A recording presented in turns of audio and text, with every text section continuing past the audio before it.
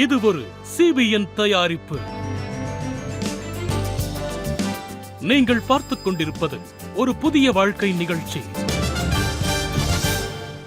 வணக்கம். ஒரு புதிய வாழ்க்கை நிகழ்ச்சிக்கு உங்களை அன்புடன் வரவேற்கிறோம். இந்த நிகழ்ச்சியின் மூலமாக உங்களை சந்திச்சதில் ரொம்பவே சந்தோஷப்படுறோம்.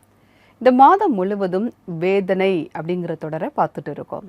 அந்த வகையில் இன்னைக்கு நம்ம பார்க்க இருப்பது, நம்முடைய அந்த கடினமான நேரத்தில், வேதனையான நேரத்தில் நாம் யாரை நினைவு கூறுகிறோம், அதை பற்றி தான் இன்றைக்கான நிகழ்ச்சியில் நம்ம பார்க்க இருக்கிறோம். அது மட்டும் இல்லாமல் இன்னைக்கு ரீஜனல் ஃபோக்கஸ் பஞ்சாப் மாநிலத்தை பார்க்க போகிறோம்.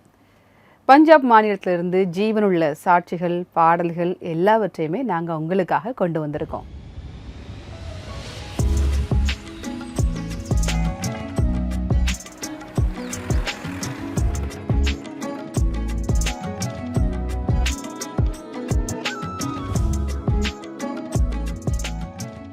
நம்ம கஷ்டமான நேரத்தில் நம்ம யாரை நம்ம நினச்சி பார்க்குறோம் அப்படிங்கிறத நம்ம இன்றைக்கா நிகழ்ச்சியில் பார்க்குறோம். யாராவது உங்களுக்கு ரொம்ப பிரியமானவங்க, அவங்க இறந்து போயிட்டாங்க அப்படின்னா அவங்கள பற்றி நீங்கள் நினச்சி பார்க்கும்போது அவங்க கூட இருந்த அந்த சந்தோஷமான நாட்கள், ரொம்ப உங்களுக்கு மனதுக்கு பிடித்த அந்த சந்தோஷமான நேரத்தை நீங்கள் நினச்சி பார்க்க ஆரம்பிப்பீங்க. அதே இது ஒரு தோல்வியை நீங்கள் சந்திக்கிறீங்க அப்படின்னா ரொம்பவே நீங்கள் கவலைப்படுவீங்க. அந்த நேரத்தில் அதுக்காக நீங்கள் எவ்வளோ முயற்சி பண்ணீங்க, எவ்வளோ ஹார்ட் ஒர்க் பண்ணியிருப்பீங்க, அதெல்லாம் நீங்கள் நினச்சி பார்க்க ஆரம்பிப்பீங்க. இப்படி ஒவ்வொரு வேதனைக்கு அப்புறமும் கூட நம்ம எதையாவது ஒரு விஷயத்தை நம்ம நினச்சி பார்க்க ஆரம்பிக்கிறோம். அதெல்லாம் நினச்சி பார்க்கும்போது ரொம்ப வருத்தமாக இருக்கும். உங்கள் வேதனை இன்னும் அதிகமாக தான் ஆகும். ஆனால் அப்படிப்பட்ட நேரத்தில் நீங்கள் தேவனை நினைத்து பார்க்க வேண்டும், அவரை நோக்கி ஜெபிக்க வேண்டும். அப்போது உங்களுடைய அந்த வேதனை மாற துவங்கும். உங்கள் வேதனையை சுற்றி நீங்கள் யோசிச்சுட்டே இருந்தீங்கன்னா உங்களுடைய சிந்தனை அதை விட்டு வேறு எங்கேயுமே போகாது. அப்படிப்பட்ட வேதனையான நேரத்தில் நம்ம தேவனை பார்க்க வேண்டும். இதை பற்றி தான் நம்ம இன்றைக்கா நிகழ்ச்சியில் பார்க்க இருக்கிறோம். இதை பற்றி இப்போ இன்னும் நல்லா தெரிஞ்சிக்க பர்வீன் மசி அவங்கள நம்ம சந்திக்க போகிறோம். பஞ்சாப்லேருந்து இந்த ஜீவனுள்ள சாட்சியை நாங்கள் உங்களுக்காக கொண்டு வந்திருக்கோம். பர்வீன் மசியோட வாழ்க்கையில் பார்த்தீங்க அப்படின்னா இவங்களுக்கு கருச்சிதைவு ஒரு தடவை இல்லை, பல தடவை ஏற்பட்டிருக்கு. பெண்கள் எல்லாத்துக்குமே ரொம்ப தெரியும், அந்த அபாஷன்கிறது ரொம்ப வேதனையான ஒரு விஷயம். நம்ம ரொம்ப குழந்தை வருதுன்னு ரொம்ப சந்தோஷமாக எதிர்பார்த்துட்ருப்போம். திடீர்னு அது நடக்கும்போது நம்மளால் அதை ஏற்றுக்கவே முடியாது. சரி, அதுலேருந்து மீண்டு மறுபடியும் நமக்கு கிடைக்கும், குழந்தை கிடைக்க போகுது அப்படின்னு நம்ம நினைக்கும்போது மறுபடியும் அது நடக்கும்போது அதை தாங்கிக்கவே முடியாது. பெண்களுக்கு சில பேர் இதை அனுபவிச்சிருப்பீங்க. அதை கேட்கும்போதே நமக்கு கஷ்டமாக இருக்கும். அப்படிப்பட்ட ஒரு வேதனையான நிலைமையில் இவங்க யாரை நினச்சி பார்த்துருக்காங்க, யார் இவங்களுக்கு உதவி செஞ்சுருக்காங்க, அதிலிருந்து மீண்டு வந்திருக்கிறதுக்கு முக்கியமான காரணம் என்ன, எப்படி இவங்க ஒரு புதிய வாழ்க்கையை பெற்றுக்கொண்டாங்க, இன்றைக்கி எப்படி இவங்க இவ்வளவு ஆசீர்வாதமாக இருக்காங்க அப்படின்னு அவங்க நம்ம கூட ஷேர் பண்ணுறாங்க. வாங்க பார்க்கலாம். பஞ்சாபின் கபூர்தலா மாவட்டத்தைச் சேர்ந்த ஒரு கிறிஸ்துவ குடும்பத்தில் பர்வீன் மசி பிறந்தார். மேலும் அவருடைய திருமணம் அமெரிக்காவில் வசிக்கும் பாஸ்டர் ஜோனஸ் மசி அவர்களுடன் நிச்சயிக்கப்பட்டது. எனக்கு கல்யாணம் ஆனப்ப நான் ரொம்ப சந்தோஷமா இருந்தேன். எங்க ஊர்ல இருக்கிற எல்லாரும் சந்தோஷப்பட்டாங்க. 2012 எனக்கு குழந்தை உண்டாச்சு. அதுக்கப்புறம் 7 மாசம் வரைக்கும் எல்லாமே நல்லா தான் போயிட்டு இருந்துச்சு.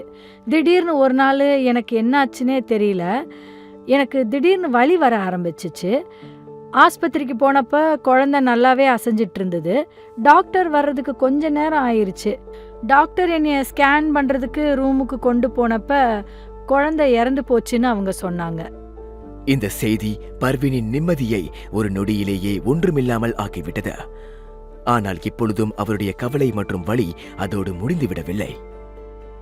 இந்த விஷயம் என்னோட மாமியாருக்கு தெரிஞ்ச உடனே அவங்க ரொம்பவே வருத்தப்பட்டாங்க. அப்போ அவங்க பர்வீனை உடஞ்சி போக விடாத அப்படின்னு இவர்கிட்ட சொன்னாங்க. மறுபடியும் எனக்கு குழந்தை உண்டாச்சு. அப்போ 3 மாசம் கழிச்சு கருச்சிதைவு ஆயிடுச்சு. 3, 4 தடவை, 5 தடவைன்னு எனக்கு இப்படி தான் நடந்துச்சு. 4வது தடவை அப்படி நடந்தப்ப நான் ரொம்பவே உடஞ்சி போயிட்டேன். நான் யாரோட பேச்சையும் கேட்க ரெடியாக இல்லை. நான் மன அழுத்தத்துக்குள்ளே போகிற மாதிரி எனக்கு ஆயிடுச்சு. எனக்கு ஆறுதல் சொல்கிறவங்க யாருமே இல்லை. நானும் என் கணவரும் மட்டும்தான் இருந்தோம். என் கணவர் ஜெபம் பண்ணுவாங்க, நான் அழுதுகிட்டே இருந்தேன். அவங்க எப்போவுமே என் பக்கத்தில் தேவன் உனக்கு 2 மடங்கு தருவார், பர்வீன் நீ அழாத நீ அழாதன்னு சொல்லுவாங்க. அப்புறம் என்னால் என்னை கண்ட்ரோல் பண்ணவே முடியல, என்னால் சமாளிக்கவும் முடியல. அப்போது அவங்க நீ இந்தியாவுக்கு போன்னு என்கிட்ட சொன்னாங்க. சரின்னு சொல்லிட்டு அவர் பேச்சை கேட்டு நானும் இந்தியாவுக்கு கிளம்பி வந்துட்டேன். பஞ்சாபிற்கு வந்து தன் குடும்பத்தினரை சந்தித்து மிகவும் உடைந்து அழுதார். அப்பொழுது பர்வீனின் மாமியார் அவரை ஒரு ஜெப கூட்டத்திற்கு அழைத்துச் சென்றார். நான் அந்த ஜெப கூட்டத்துக்கு போய் அங்கே ரொம்ப அழுது ரொம்ப சத்தமாக ஜெபம் செஞ்சிட்டு இருந்தேன். பாஸ்டர் அவங்க தன்னோட பிரசங்கத்தை ஆரம்பித்து பேசினாங்க.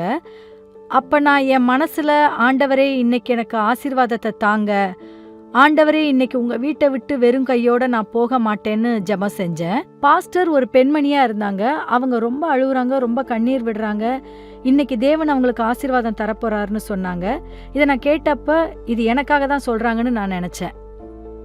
அன்று மாலை பர்வீன் முழு மனதோடு தேவனை அழைத்தார். மேலும் முழு நம்பிக்கையோடு அவருடைய ஆசீர்வாதத்தை தன் வாழ்க்கையில் ஏற்றுக்கொண்டார். நான் டாக்டர் கிட்ட 2-3 மாசத்துக்கு அப்புறம் போனப்ப உங்களுக்கு குழந்தை உண்டாயிருக்குன்னு அவங்க எனக்கு சொன்னாங்க. உங்க வயிற்றுல 2 குழந்தை இருக்குன்னு சொன்னாங்க. தேவன் மேல எங்களுக்கு இருந்த நம்பிக்கை இன்னும் அதிகமாச்சு. நாங்க தேவனுக்கு முன்னாடி அழுதுட்டே இருந்தோம். தேவனே, இந்த குழந்தைய நீங்க தான் தந்திருக்கீங்க, இந்த குழந்தைங்கள நீங்க தான் பார்த்துக்கணும் அப்படின்னு ஜெபம் செஞ்சேன். தேவன் என்கிட்ட உன் மேல தேவனோட கரம் இருக்குது, நீ கவலைப்படாத, நான் உன் கூட இருக்கேன்னு சொன்னாரு. அதோட 23வது சங்கீதத்தை நான் அடிக்கடி வாசிப்பேன். கர்த்தர் என் மேய்ப்பராயிருக்கிறார், நான் தாழ்ச்சி அடையேன். நான் தினமும் நைட்டும் பகலும் இந்த சங்கீதத்தை வாசிக்கிறதுலையும் பைபிள் வாசிக்கிறதுலையும் ரொம்ப ஆர்வத்தோட இருந்தேன். பர்வீன் இரட்டை குழந்தைகள் மூலமாக ஆசீர்வதிக்கப்பட்டார். இன்றைக்கு பர்வீன் தன்னுடைய அனைத்து மோசமான சூழ்நிலைகளையும் மறந்துவிட்டு தன்னுடைய கணவர் மற்றும் 2 குழந்தைகளோடு சந்தோஷமாக வாழ்க்கையை வாழ்ந்து கொண்டிருக்கிறார். இந்த குழந்தைங்கள தேவன் தான் தந்திருக்காரு. இப்ப அவங்களும் எங்க கூட உட்கார்ந்து ஜெபம் பண்றாங்க, தேவனோட ஊழியத்தையும் செய்யறாங்க. நாங்க இந்த குழந்தைங்கள தேவன் கிட்ட தந்திருக்கோம்.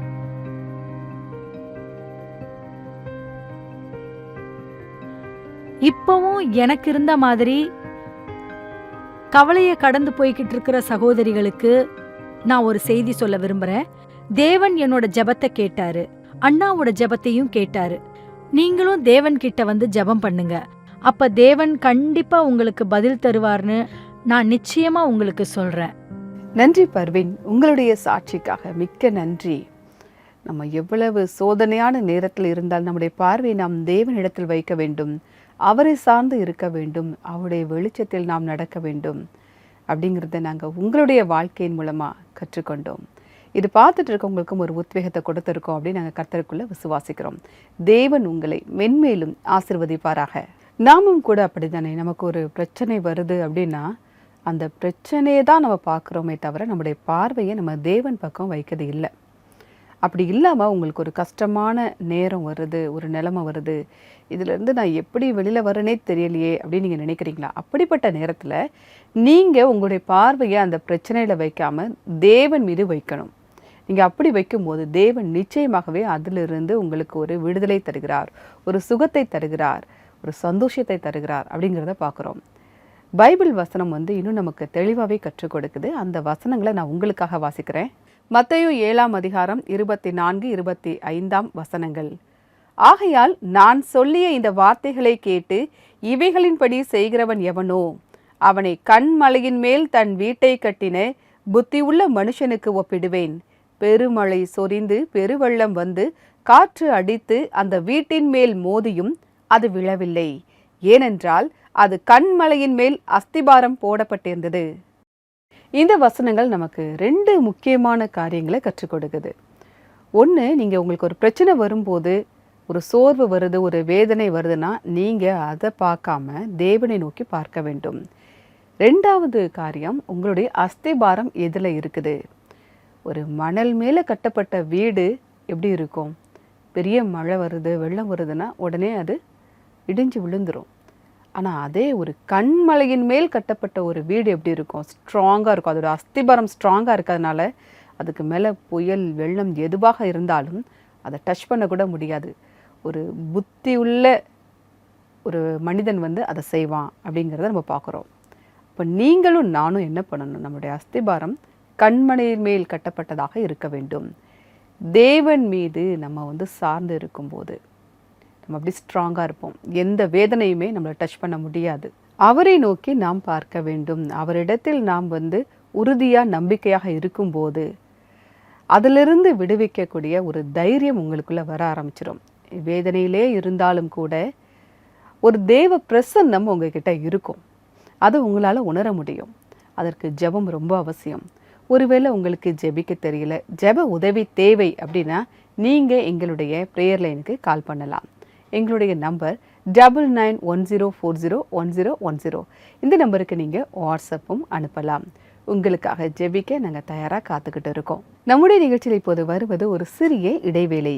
இடைவேளைக்கு பிறகு ஒரு ஜீவனுள்ள சாட்சியை நம்ம பார்க்க இருக்கிறோம். இடைவேளைக்கு பிறகு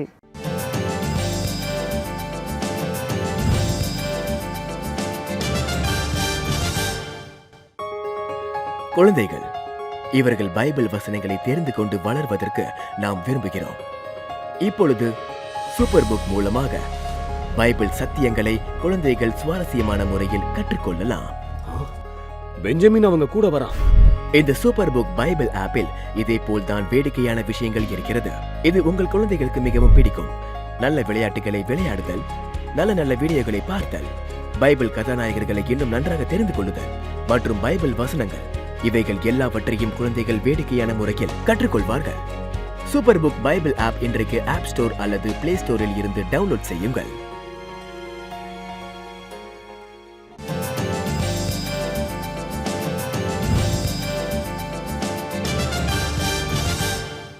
வெல்கம் பேக் டு ஒரு புதிய வாழ்க்கை. இன்னைக்கு நம்முடைய கடினமான நேரத்தில் நம்ம யாரை நினச்சி பார்க்குறோம் அப்படிங்கிறத பார்த்துட்டு இருக்கோம். பொதுவாகவே நம்ம வந்து நம்முடைய கடினமான நேரத்தில் வந்து நம்ம யாருக்கிட்ட உதவி கேட்கலாம், யார் நமக்கு உதவி செய்வா அப்படின்னு நம்ம யோசிக்கும்போது யார் மேலே நம்ம கொஞ்சம் நம்பிக்கையாக வச்சுருக்கோமோ அவங்கக்கிட்ட போய் உதவி கேட்க ஆரம்பிப்போம். ஆனால் அப்படிப்பட்ட நேரத்தில் நம்முடைய அஸ்திபாரம் ஆண்டவராகிய இயேசு கிறிஸ்து மேலே இருக்கணும். அவரிடத்தில் நாம் உதவியை பெற முடியும். அவர் நம்பிக்கையான கண்மலை அப்படிங்கிறத நம்ம பார்க்குறோம். இதை பற்றி இன்னும் நம்ம நல்லா தெரிஞ்சுக்க பஞ்சாப்லேருந்து ஒரு சாட்சியை பார்க்க இருக்கிறோம். நீனா அவங்கள சந்திக்க போகிறோம். இவங்களுடைய வாழ்க்கையில் இவங்களுக்கு ரொம்ப பிரியமானவங்களை ஒருத்தரை தொடர்ந்து ஒருத்தங்க இறந்து போயிருக்காங்க. அப்படிப்பட்ட ஒரு வேதனையான நிலையில் யார் இவங்களுக்கு உதவி செஞ்சா, எப்படி இவங்க ஒரு புதிய வாழ்க்கையை பெற்றுக்கொண்டாங்க அப்படின்னு அவங்க நம்மக்கிட்ட சொல்கிறாங்க. வாங்க பார்க்கலாம். பஞ்சாபின் அமிர்தசரஸ் மாவட்டத்தின் ஒரு கிறிஸ்துவ குடும்பத்தில் நீனா ஆல்பர்ட் பிறந்தார். அவருடைய தாயாரும் தந்தையும் அவரை மிகவும் செல்லமாக வளர்த்தனர். சின்ன வயசுல சர்ச்சுக்கு போறப்ப சீரியஸா இருக்க மாட்டேன். நான் ரொம்ப ஜாலியான டைப். சர்ச்சில் நல்லா என்ஜாய் பண்ணுவேன். நான் ஆண்டவர் கூட அவ்வளோ நெருக்கமா இல்ல. நான் சண்டிகருக்கு வந்தப்ப எங்க அம்மாவும் அப்பாவும் என் கூடவே வந்துட்டாங்க. நான் அங்க தனியா தான் இருந்தேன். மேரேஜ் விஷயமா ஒருத்தங்க கிட்ட பேச்சு நடந்துட்டு இருந்துச்சு. ஆனா அது நடக்கல. அதுக்கப்புறம் எனக்கு கல்யாணம் பண்ணணும்னு விருப்பமே இல்ல. அதுல நான் கவனமும் செலுத்தல. ஒரு நாள் நடந்த ஒரு சம்பவம் நீனாவின் சந்தோஷமான வாழ்க்கையில் துக்கம் ஒன்று அவருடைய வாழ்க்கையில் பிரவேசித்தது. 2016 அப்பா திடீர்னு இறந்துட்டாங்க. அவருக்கு சுகர் இருந்துச்சு. ஹார்ட் அட்டாக் வந்ததுனால அவரு இறந்து போயிட்டாரு. அதுக்கப்புறம் என்ன ஆச்சுன்னா, என் மனசுக்குள்ள நாம தனியா இருக்கோங்கிற ஒரு உணர்வு வந்துச்சு. ஆனா என் அம்மா என் கூட இருந்தாங்க. அவங்க என் கூட இருந்தது எனக்கு ரொம்ப பெரிய ஆறுதலா இருந்தது. அவங்க தான் என்ன கவனிச்சுக்கிட்டாங்க. எல்லா விஷயங்களையும் நாங்க தான் சமாளிச்சோம். இந்த துக்கத்தில் இருந்த நீனா வெளியே வர முடியவில்லை. அப்பொழுது திடீரென்று அவருக்கு இன்னொரு அதிர்ச்சி வந்தது. அதுக்கப்புறம் கொஞ்ச நாள் கழிச்சு எங்க அம்மாவுக்கு கேன்சர் இருக்குன்றத நாங்க கண்டுபிடிச்சோம். எங்க அம்மாவுக்கு இருந்த கேன்சர் ரொம்ப அதிகமா இருந்துச்சு. 4 மாசத்துக்குள்ள எங்க அம்மாவும் இறந்து போயிட்டாங்க. எனக்கு துணையா இருந்த என் அம்மாவும் இப்ப இல்லாததால தேவன் எதுக்காக இந்த மாதிரி செஞ்சாருன்னு எனக்கு தோணுச்சு. அதுக்கப்புறமா ரொம்பவே நான் தனியா இருக்கிறத உணர்ந்தேன். மன ரீதியா எனக்கு ரொம்ப ஸ்ட்ரெஸ் இருந்ததுனால நான் என்னோட வீட்டை விட்டு கூட எதுக்கும் வெளியே வரவே இல்லை. என்னோட வீட்டை விட்டு நான் கிட்டத்தட்ட 4 மாசத்துக்கு வெளியே வரவே இல்லை. தனிமையின் இந்த வேதனையை கடந்து போய்க் கொண்டிருக்கும் போது பிரச்சனைகள் நிறைந்த இந்த சூழ்நிலையில் நீனாவின் இடத்தில் ஆண்டவருடைய நற்செய்தி ஒன்று வந்து சேர்ந்தது. அதுக்கப்புறம் எனக்கு அத்தை மாமாலாம் இருக்காங்க. என்னோட மாமா பாஸ்டரா இருக்காரு. என்னோட நிலைமை அவங்களுக்கு தெரிய வந்தப்ப அவங்க என்கிட்ட வந்தாங்க. அவங்க என்கிட்ட என்ன சொன்னாங்கன்னா, நமக்கு தேவனை தவிர வேற யாருமே கிடையாதுன்னு சொன்னாங்க. நாம சர்ச்சுக்கு போகணும், நாம ஜெபம் பண்ணணும்னு அவங்க என்ன ரொம்ப ஊக்குவிச்சாங்க. அங்க பாஸ்டர் பிரசங்கம் பண்ண வசனத்துல என்ன எழுதி இருந்துச்சுன்னா, கர்த்தர் கொடுத்தார், கர்த்தர் எடுத்தார், கர்த்தருடைய நாமத்துக்கு ஸ்தோத்திரம்னு எழுதி இருந்துச்சு. இன்னொரு வசனமும் இப்படி இருந்துச்சு, நான் எப்பவும் உன் கூட இருக்கிறேன், எந்த விஷயத்தை பற்றியும் நீ கவலைப்பட தேவையில்லை, நீ தனியாக இல்லை. இந்த 2 வசனங்களும் தான் என்னோட வாழ்க்கையில ஒரு பெரிய திருப்பு முனையையே கொண்டு வந்துச்சு. அதுக்கப்புறமா தான் நான் என்ன கொஞ்சம் கொஞ்சமா மாத்திக்க ஆரம்பிச்சேன். நான் ஜெபம் பண்ண தொடங்கினேன், பைபிள் வாசிக்க ஆரம்பிச்சேன். ஜெபம் மற்றும் வசனத்தில் நேரம் செலவு பண்ணினதின் காரணமாக நீனா சொல்ல முடியாத நிம்மதியை உணர்ந்தார். மேலும் தனிமை உணர்விலிருந்து அவர் விடுதலையும் பெற்றார். எனக்குள்ள இருந்த தனிமை, எனக்குள்ள இருந்த மன அழுத்தம், அது எல்லாமே கொஞ்சம் கொஞ்சமா போக தொடங்குச்சு. இப்ப நான் ரொம்ப ரொம்ப நார்மலா இருக்கேன். எனக்குள்ள எந்த அழுத்தமும் இல்ல, எந்த தனிமையும் இல்ல. ஒருவேளை எனக்கு அப்படி தோணுச்சுன்னா நான் பைபிள் வாசிக்க ஆரம்பிச்சிடுவேன். அதோட நான் எந்த விஷயத்த செய்ய ஆரம்பிச்சாலும் முதல்ல தேவனுக்கு தான் முன்னுரிமை கொடுப்பேன். தேவனே, நான் நினைச்ச இந்த விஷயம் சரியா இருந்துச்சுன்னா அதுல என்ன நீங்க தொடர்ந்து கொண்டு போங்க, இல்லனா என்ன நிறுத்திடுங்கன்னு சொல்லுவேன். இன்றைக்கு நீனா தனிமையில் வாடிக்கொண்டிருப்பவர்களுக்கு பைபிள் வசனம் மூலமாக உத்வேகத்தை தந்து கொண்டிருக்கிறார். நாம எப்பவுமே தனியா இல்ல, எப்பவுமே நமக்கு அழுத்தம் கிடையாது. இந்த உலகத்துல தேவன் நம்மள அனுப்பி இருக்காருன்னா அவரு நமக்காக எல்லாத்தையும் தந்துதான் நம்மள இங்க அனுப்பி இருக்காரு. நீங்க தேவனுக்கு பக்கத்துல போங்க, பைபிள் படிங்க, ஜெபம் பண்ணுங்க. அப்போ உங்களுக்கு இருக்கிற தனிமை, உங்களுக்கு இருக்கிற மன அழுத்தம், உங்களுக்கு என்ன பிரச்சனையா இருந்தாலும் சரி, தேவனை முன்ன வச்சு நீங்க இந்த எல்லா விஷயங்கள்ல இருந்தும் வெளியில வந்துட முடியும். தேவனுக்கு நீங்க முக்கியத்துவம் தாங்க. மத்த எல்லா உறவுகளையும் விட்டு நீங்க தேவனை முன்னாடி வைப்பீங்கன்னா நீங்க உங்களோட வாழ்க்கையில தோத்து போகவே மாட்டீங்க. எப்பவும் நீங்க முன்னேறிக்கிட்டே இருப்பீங்க. நன்றி நீனா, உங்களுடைய சாட்சிக்காக மிக்க நன்றி. உங்களுடைய அந்த கஷ்டமான நேரத்தில் தேவன் உங்களுக்கு எப்படி உதவி செஞ்சாரு அப்படின்னு பார்க்கும்போது எங்களுக்கே ரொம்ப சந்தோஷமா இருக்குது. தேவன் உங்களை மென்மேலும் ஆசீர்வதிப்பாராக. பார்த்தீங்களா, நீனாவுடைய வாழ்க்கையில் அவங்க கடினமான நேரத்திலும் எப்படி அவங்க ஜெபம் பண்ணியிருக்காங்க, தேவன் அவங்களுக்கு எப்படி உதவி செஞ்சுருக்காங்க, எப்படி வல்லமையாக வழி நடத்திருக்காங்க, அதை நம்மளால் பார்க்க முடியுது. நான் உன்னை விட்டு விலகுவதும் இல்லை, உன்னை கைவிடுவதும் இல்லை.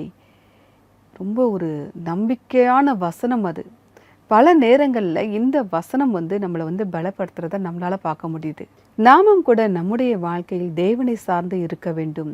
இதுதான் நீனாவுடைய சாட்சியின் மூலமாக நம்ம பார்க்குறோம். நம்முடைய நிகழ்ச்சியில் இப்போது வருவது ஒரு சிறிய இடைவேளை. இடைவேளைக்கு பிறகு நம்ம எல்லாம் சேர்ந்து ஜெபிக்க இருக்கிறோம். இடைவேளைக்கு பிறகு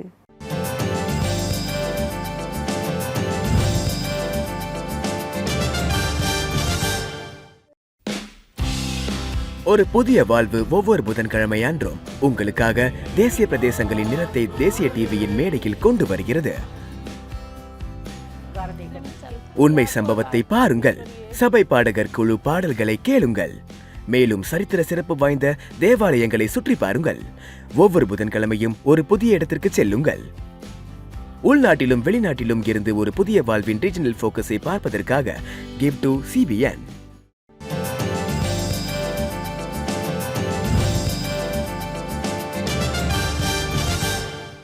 வெல்கம் பேக் டு ஒரு புதிய வாழ்க்கை.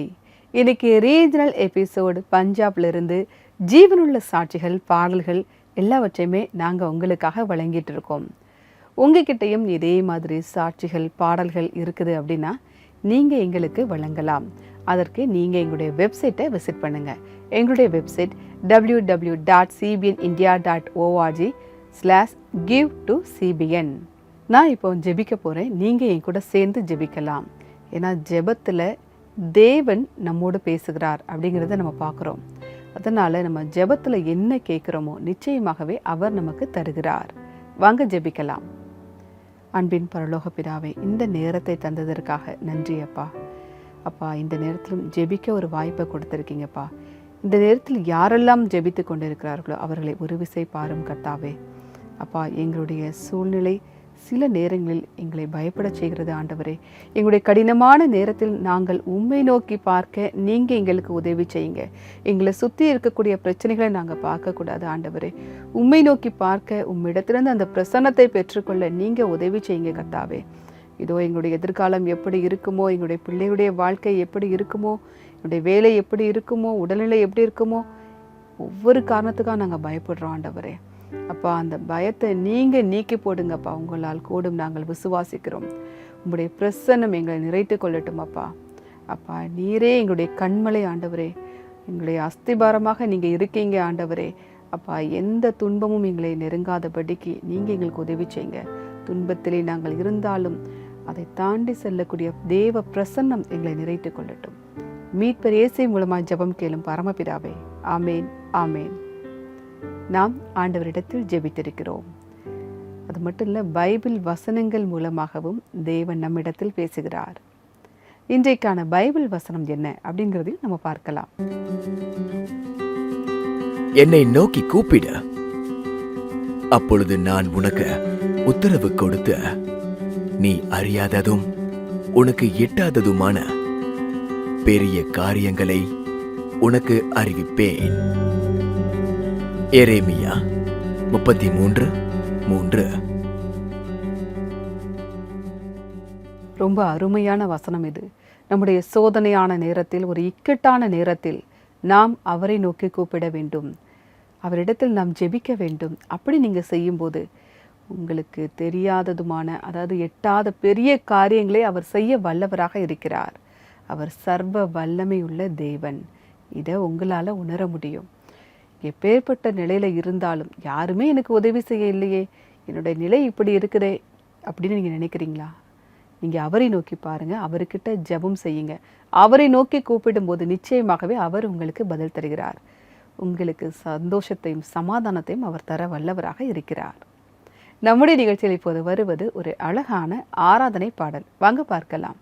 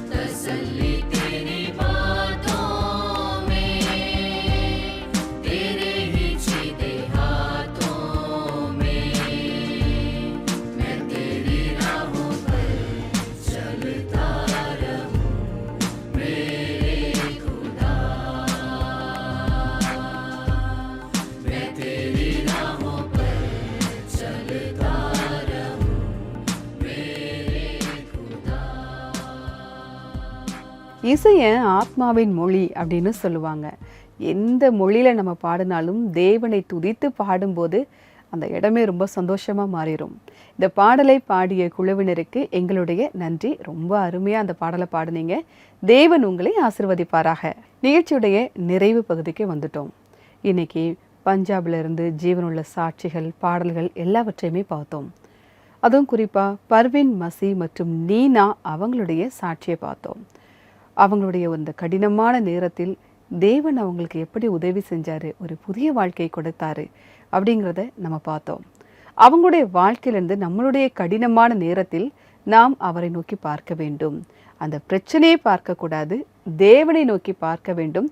நம்முடைய கடினமான நேரத்தில் நாம் அவரை நினைவு கூற வேண்டும் அப்படிங்கிறத இன்னைக்கு இந்த நிகழ்ச்சியின் மூலமாக நீங்கள் இன்னைக்கு கற்றுக்கிட்டு இருப்பீங்க. நான் வேறொரு நிகழ்ச்சியின் மூலமாக உங்களை சந்திக்கிறேன். அதுவரை கர்த்தருடைய கிருபை உங்கள் அனைவரோடும் கூட இருப்பதாக. God bless you.